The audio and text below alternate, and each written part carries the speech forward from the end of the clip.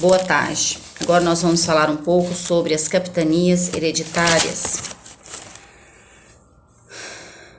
Capitania hereditária foi a primeira medida de colonização tomada pelos portugueses em relação ao Brasil, por ordem de Dom João III. Em 1534, a América Portuguesa foi dividida em 15 faixas de terra. A administração foi entregue aos donatários. Elas existiram por séculos, mas em 1548, uma nova forma de administrar o Brasil foi criada. Nos primeiros 30 anos da história da América, foram instaladas feitorias no litoral brasileiro e houve a exploração do trabalho indígena para a manipulação do pau-brasil. Os franceses ameaçaram invadir o Brasil.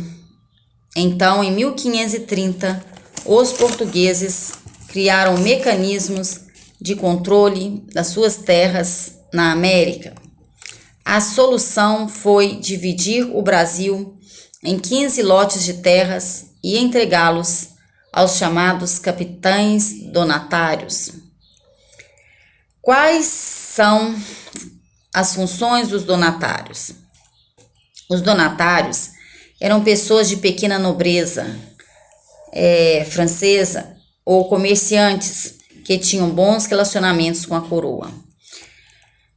O donatário recebia o direito de explorar aquelas terras através da carta de doação, e os deveres eram atribuídos através da carta floral.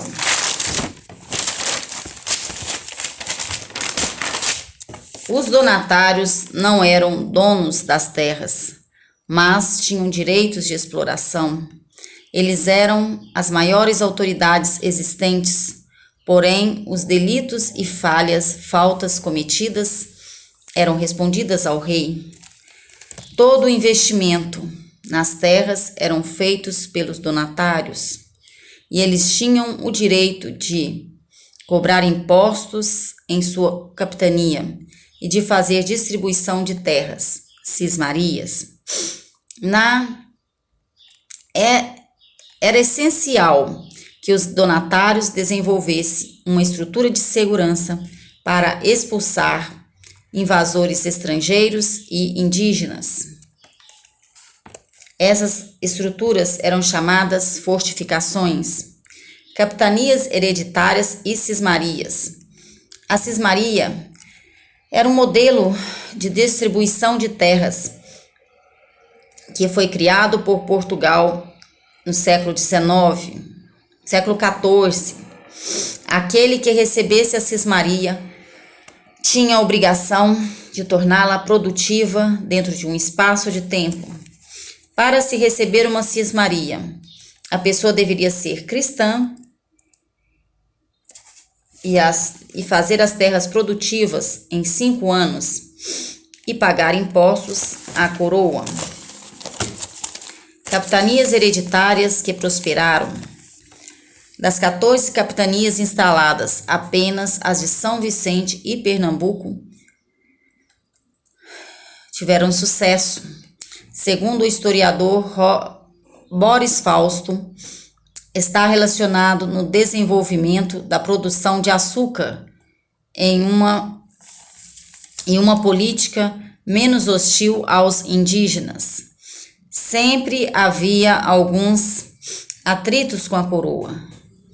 A coroa de Portugal pressionava para que Duarte Coelho investisse na busca de metais preciosos e na derrubada de pau-brasil. Porém, ele desejou implantar a produção de açúcar em pequenas e médias engenhos, com espaço para diversificação no uso da terra. Mesmo com esses atritos, a capitania de Pernambuco prosperou. Fracassos nas capitanias hereditárias. Este sistema de capitanias não deram muito certo e foi substituído por outro que criou uma estrutura que centralizava o poder nas colônias. Houve a criação do governo geral. Consistia em um governo centralizado na colônia, administrado por uma autoridade máxima, chamado governo geral. A coroa desfez a capitania da Bahia de Todos os Santos e orientou o primeiro governo geral a criar lá a primeira capital do Brasil. Assim, Tomé de Souza fundou Salvador em 1549. Fatores que levaram ao fracasso das capitanias: isolamento. A comunicação com a coroa era demorada. Falta de investimentos e recursos. Inexperiência administrativa e os ataques indígenas. Existiram casos em que o donatário nem sequer foi para a capitania, como é o caso de Antônio Cardoso de Barros, donatário da capitania do Ceará.